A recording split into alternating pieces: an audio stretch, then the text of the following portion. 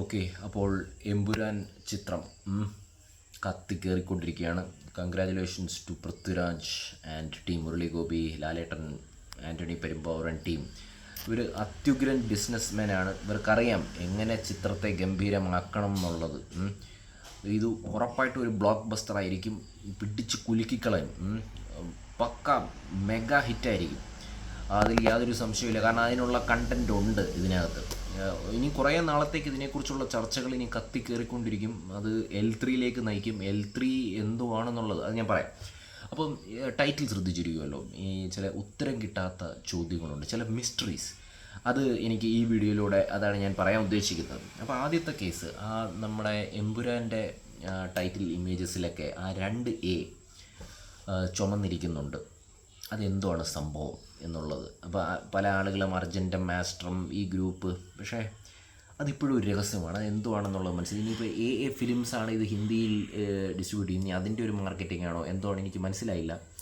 അപ്പോൾ അതാർക്കെങ്കിലും അറിയാമെങ്കിലും ഒന്ന് പറയാം, വാട്ട് ഈസ് ദാറ്റ് AA എന്നുള്ളത്. ഇനി രണ്ടാമത്തെ ഡൗട്ട് എന്ന് പറഞ്ഞാൽ, അറിയാമല്ലോ, നമ്മൾ ലൂസിഫർ മുതലേ കേൾക്കുന്നതാണ് ഇലുമിനാറ്റി. അത് എവിടെയാണ് ഈ ഇലുമിനാറ്റി? ഇപ്പം അതെനിക്ക് തോന്നുന്നു that doubt can be answered എന്ന് തോന്നുന്നു. നിങ്ങളൊന്ന് പറയുക. അതായത് ഇപ്പോൾ ഈ പൊളിറ്റിക്സും ഗ്രൂപ്പും സിൻഡിക്കേറ്റൊക്കെ വരുന്നുണ്ടല്ലോ, ഇത് തന്നെയാണല്ലോ ഈ ലോകത്തെ ഭരിക്കുന്ന ഒരു പവർ കൺട്രോളിങ് ഗ്രൂപ്പൊക്കെ ഉണ്ട്. അപ്പോൾ അത് തന്നെയായിരിക്കും ഒരു പക്ഷേ ഇലുമിനാറ്റി എന്നുള്ളത്. അപ്പം നിങ്ങളും അറിയാവുന്ന കാര്യം ഒന്ന് പറയാം. ഈ മൂന്നാമത്തെ കേസ് എന്ന് പറയുന്നത്, ആദ്യത്തെ പാർട്ടിൻ്റെ പേര് ലൂസിഫർ എന്നായിരുന്നു, ഈ മൂന്നാമത്തത് എമ്പുരാൻ എന്നാണ്. സോ ലൂസിഫർ മീൻസ് സേറ്റൻ, ചെകുത്താൻ എന്നൊക്കെയാണ്. അപ്പോൾ ഈ എമ്പുരാൻ എന്ന് പറയുമ്പോൾ ഇവർ തന്നെ പറയുന്നുണ്ട് more than A king but less than A God. അപ്പോൾ അത് ഈ ലൂസിഫർ ടു എമ്പുരാൻ ഒരു ലോജിക്കൽ ഫ്ലോ ഉണ്ടോ, ഒരു സീക്രട്ട് ഫ്ലോ ഉണ്ടോ, അങ്ങനെ എന്തെങ്കിലും ഒരു ബന്ധമുണ്ടോ? അതെന്താണ് കവി ഉദ്ദേശിച്ചിരിക്കുന്നത് എന്നുള്ളത് നിങ്ങൾക്കറിയാമെങ്കിൽ പറയുക. പിന്നെ നാലാമത്തെ ഡൗട്ട് എന്ന് പറഞ്ഞാൽ വളരെ ഒരു ഇമ്പോർട്ടൻ്റ് ഡൗട്ടാണ്.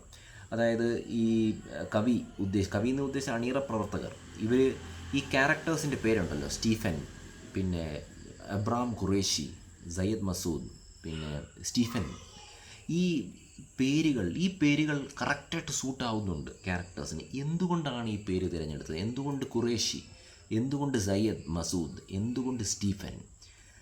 അതിനെന്തോ ഒരു ഫ്ലോ ഉണ്ട്. ആ പേരൊക്കെ കണ്ടോ, ഖുറേഷി, അബ്രാം, സയ്യദ് മസൂദ് എന്നൊക്കെയുള്ള അതെന്തായിരിക്കും അതിൻ്റെ പിന്നിലുള്ള റീസൺ എന്ന് ഞാൻ ഇങ്ങനെ ആലോചിച്ചുകൊണ്ടിരിക്കുകയായിരുന്നു. അതൊരു ഡൗട്ടാണ്. അപ്പം ലാസ്റ്റ് ഡൗട്ട് എന്ന് പറയുന്നത്, L2 ഇങ്ങനെയാണെങ്കിൽ L3 എന്തോ ആയിരിക്കും ഇനി കാണിക്കാൻ ഉദ്ദേശിക്കുന്നത്? എന്തായിരിക്കും L3 ഇനി ബാക്കിയുള്ളത്? അത് എനിക്ക് തോന്നുന്നു ഹോളിവുഡ് ലെവലായിരിക്കും എന്ന് ഞാൻ വിചാരിക്കുന്നു. എന്തായാലും ഇതിനകത്ത് നെഗറ്റീവ് ഒന്നും പറയാനേ ഇല്ല കേട്ടോ, വെറും because such A beautiful attempt.